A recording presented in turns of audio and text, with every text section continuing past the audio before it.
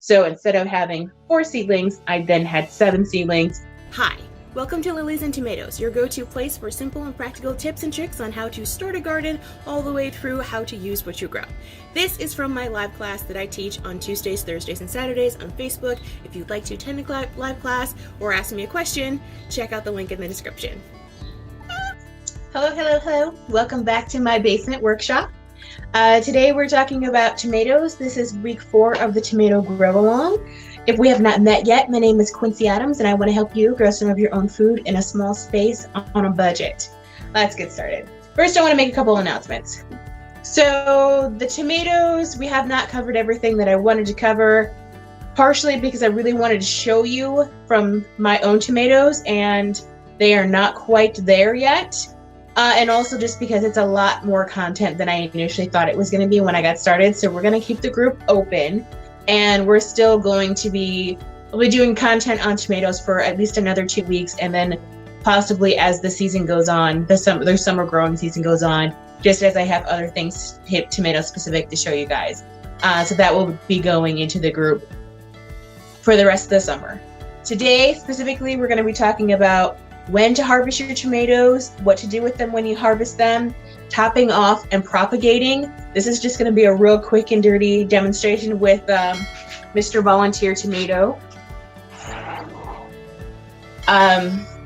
This tomato, which started out as a volunteer in a small container, is now taller than me. It's above the screen.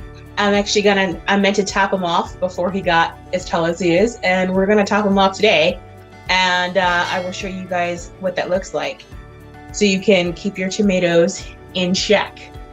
Let's start with topping them off. So when you would top off a tomato, what topping off is when you cut off the top of the tomato plant so it can no longer grow up. Tomatoes are vines, indeterminate tomatoes are vines, and they will keep on growing as long as they have the root space and the nutrient support to help them do so. I don't like to let my tomatoes get too big. Generally, in a freestanding smaller container, I top them off at about 5 feet, right about as tall as I am. And I don't let them get too tall because I don't want the plant to put all the effort into growing bigger and bigger and bigger. I want it to put that effort into growing fruit. In an earth box, it comes with a staking system, and each stake is about 2 feet high. So I let it get 3 sections high, and then I cut it off there. So those get to about 6 feet. And if they get away from me, sometimes they'll go up and flop over. But generally 5 to 6 feet is where I top off my tomatoes because I'm growing in containers and I have a small space. If I had more space to devote just to tomatoes and more space up and a ladder, then I would probably let them go to a good 9 feet because it's just really impressive. But 5 to 6 feet is where I typically top them off in my containers. So this one, it's probably, the top leaves probably close to 6 feet. No, 5.5 feet. But basically what I'm going to do right now is I'm going to cut this off right here and show you guys what you can do with that once you top that off. So I'm just going to come up here. I'll do it a little bit lower so you guys can see, but I'm just going to cut off the top of my tomato plant. As you can see, I cut off the top 7 inches or so, and I am going to put this in a cup of water and propagate it. That's how easy it is to propagate tomatoes. So if you've got tomato plants and your friend doesn't have tomato plants, if you live nearby, you can just cut off at the top off, or you can prune the little suckers and stick them in some water. It'll grow roots within a week, and then I can plant this and grow a whole other tomato from this. So, and I will really quick show you. We talked about this briefly, the suckers last week. So can you see this part right here? This is the main stem. And then this is the leaf stem that comes off of it. And then this part right here in the armpit is the sucker. And I'm actually going to cut this off too. So this one is pretty short, and I'm going to stick this in my cup of water as well. So now I'm propagating 2 little baby tomato plants from Mr. Volunteer Tomato, who has been a very, very good volunteer this season. And we will follow along with the adventures of Mr. Tomato as we go. Now, let's talk. Okay, we talked about topping off, just cutting the top off. It's pretty self-explanatory. We talked about propagating in water is the easiest way. I like to make sure that it's growing roots before I plant it. You can plant these directly in soil, but if it doesn't have any roots, it may die and you're not gonna know why it died until it's crispy. So I like to, when I'm propagating things, I like to propagate in water first, so I can make sure that it's growing roots before I dedicate any soil or space, because I'm trying to maximize my food harvest in as small a space possible. So I want to make sure that the plant has the best start before I dedicate soil and space to it, because my garden is very small. Now let's talk about harvesting tomatoes. So with harvesting tomatoes, a lot of people will harvest them when they're fully mature but not fully ripe for a variety of reasons. But if you try to harvest them too early, you're not going to get the peak flavor or the peak nutrition with the tomato. So I've got two little tomatoes from my garden. I don't have any that are ripe at the moment, but as you can see, this little one, this is still immature. So the top is really dark and the bottom is lighter, because they start to get their color from the bottom. That's where the first hint of color starts at the bottom. This one is lighter green at the top and then light at the bottom. So this one, still no hint of the red color that that's going to be, but it's a lighter tomato than this really dark green one. Am I covering the color? Can you guys see this? The really dark green one, slightly less green, but still immature. So this would be too early. But I just wanted to point out to you guys that the first hint of color, the first blush of color, you're going to see from the bottom side. And also, if you've got something like blossom end rot, you're going to see that at the bottom as well. Now, the benefit to harvesting your tomatoes when they're mature but not fully ripe yet with the color change is that you can avoid some pest problems, some bug problems, disease problems, and issues that are caused by the weather. And I will explain each of those in a second, but also mention if you pick it too early, you're not going to get the full flavor, and it's going to be just like store-bought tomatoes, because those are picked super early so they can ripen during the shipping process. You don't want to pick them too early, but if you're picking them, you could pick them early if you've got a problem with like squirrels and other rodent type creatures like to eat tomatoes. They have a lot of water content and they're sweet, they're delicious. So squirrels, mice, whatever, they're gonna love to eat your tomatoes. So if you're having problems with pests eating your tomatoes, including bugs, some of the caterpillars that attack tomatoes will just eat little holes in your tomatoes. If you're having problems with those, then you want to harvest them a little bit early when they're mature but not fully ripe, and ripen them inside on the counter. With disease, depending on, and this is also partially based on weather, if it's really humid where you live, then your plants are going to be more susceptible to blight. And it starts with the leaves, and then those kinds of things are also eventually going to affect the fruit. So if you want to protect your fruit from getting impacted by some kind of disease, then you're going to want to harvest them when they're mature but not fully ripened.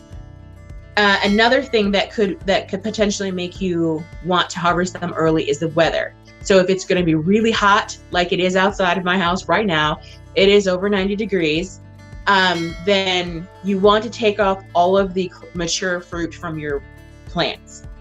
If you're going to get like a heavy rainstorm or a lot of rain, then you also want to take all the mature fruit off your plants if you have mature fruit. If it's not mature and it still looks something like this, then go ahead and leave it, it's fine. But your tomatoes can crack, or they can become flavorless if there's too many extremes in the water content. So if it gets really, really hot during the day and there's not enough water in the ground, if you're not using mulch, then the plant can become stressed, and it's gonna like make the tomato contract a little bit. And then if it rains after that, or if you see that the plant is wilting and you water it, then it could like expand too much and it'll crack. And if they crack and you leave them on the plant, then that's a great way for diseases and pests to enter your fruit. So when you see them start to crack, then you want to pick them. If they're not mature or ripe when you pick them, then maybe think about feeding them to, if you have any livestock type animals, feeding them to your animals, making fried green tomatoes, or I wouldn't put them in the compost. You're going to end up with 1 billion tomatoes in your compost. But you can just leave them inside to ripen, or fried green tomatoes, or make like green salsa or some kind of like green sauce with the green tomatoes. So you can use those to green tomatoes before they are ruined. You don't want to let your fruit get ruined, but also if you can leave it on and you don't have weather problems or pest pressures, then leaving them on the vine is fine. I like to leave them out there as long as possible, because having the plant there is part of the great part about growing your own. You don't have, it's not like you go to the grocery store once a week or once every 2 weeks and now you've got 24 tomatoes that you have to use up. They're out there and they're ready when you want to use them. But if you have aggressive squirrels or other bugs, or if you've got some kind of like caterpillar eating your plants, those will eat the fruit as well. Or if you're like heading for extreme temperature variations, rainstorms, then you might want to think about taking off the fruit that's mature but not yet fully ripened, and just ripen it in the house. And to ripen them in the house, just bring them in, set them on the counter. Do not wash them, just set them on the counter or somewhere where they're not going to get disturbed at room temperature. So somewhere in the range of like 55 to like 70 is good. And they're just going to ripen on their own. If you want them to ripen faster, or if you've got a lot that are very underripe, then you can wrap them in newspaper. That'll make them ripen faster. It's going to like help accelerate the I can't even talk right now. The gas that makes them ripen. And it reduces the chlorophyll. So the green color goes away. The acetylene, that's not the right word. I'm not saying that right. I will put it in the comments after.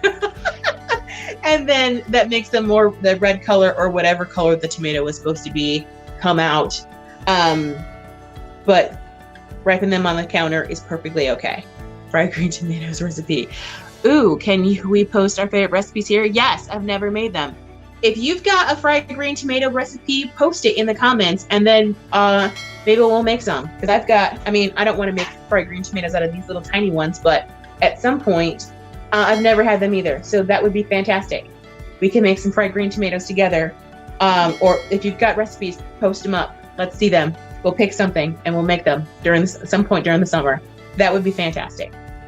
Okay, so that's basically, and then once you harvest them, if you have a lot of them, you can can them, you can freeze them, you can dehydrate them. I am planning on freezing some of mine by just taking the core out. So this little part up here, where the little stem was, where the stem is on the other one that I pulled in, taking that core part out because it gets hard when you freeze it, and then just freezing the whole thing. And then after you freeze them and defrost them, the skin comes off very easily. I am on a mission to make the best tomatoes out of homemade tomatoes possible. And so I'm always looking for just testing out recipes and trying to figure out what's the best way to get the best flavor from tomato sauce without it being like too sweet or too bitter or whatever. So freezing them is a good option. I want to learn how to can, but I have not tried that yet. But that's something that I will learn eventually. But also dehydrating them. So you can dehydrate them and make them into a powder that you can rehydrate as you need to use them. Also, if you wanted to make tomato paste, you can just like chop them up and put them in a big pan and cook them down so as the liquid comes out. So just set them on a simmer and cook all the liquid out, and it will cook down into a nice tomato paste, and then you can freeze it from there if you're not making sauce. Or you could just make a sauce out of them, like I said. But if you got a recipe for homemade tomato sauce, please post that too, because I'm still looking. I've been trying this off and on for years, and I really want to make lots of my own tomato sauce, because tomato sauce from the store is I always have to hook it up. There is no tomato sauce that I've ever tried that I was able to just like use the tomato sauce without adding lots and lots of spices. So those are options for preserving them once you have harvested them. Let's see, are there any other questions? I don't see any questions, but if you want to post your recipes, go ahead and post your recipes. That would be great. You can also post your recipes in the group. This video is not broadcast directly into the group because I made it private and it doesn't work anymore. So I will broadcast it back, and I will send it back into the group after this video is over, and I will figure out a better way to do that at some point. If there's no other questions, that's all I had for tonight. So I'll just recap real quick. We talked about topping off. I cut off the very top of my tomato plant for you guys to see, and I'm propagating it. We talked about propagation in water because it will start to grow roots within a week, and then I can plant this if I want to. And so I don't need any more of this variety. This is Sweet 100s from last year that I bought at Home Depot, but because I've already got tons of these plants. But if someone is local to me and they want a tomato plant, then tomato plants. Propagating them by cutting off the suckers after you let them grow a little bit, and topping off are a great way to multiply your tomato plants if you only have a couple. And also, I'll give you a little tip. I did this last year. I bought some seedlings that were probably this big or bigger. So I bought tomato plants. I bought some seedlings. I bought one from a store that was two seedlings very close together, and then I bought some seedlings from someone on Facebook who was selling a different variety that you can't normally buy in the store. And so the seedlings it was basically two seedlings that were very close together in a small, like a tiny container. So instead of trying to separate the roots, what I did was I just cut the second one off at the dirt level and propagated them in water. So instead of having 4 seedlings, I then had 7 seedlings from the ones I bought from the lady on Facebook. And then same thing with the one I bought at Home Depot. I turned one plant into 2 because they were really close together. So without trying to tease the roots apart, I just cut it off at the soil level, propagated it in water for about a week, and then planted it. So that's another way. That's propagating and topping off. And a recap on harvesting. If you harvest them too soon, when they are not fully mature, then you're not going to get the full flavor or the full nutrition from the fruit.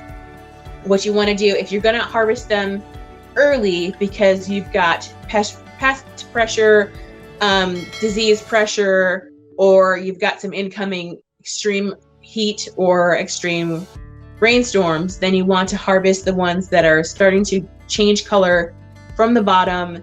They're fully mature. They are going to be a little bit firm, but also have a little give to them when you squeeze them. This one right here, it's like a rock.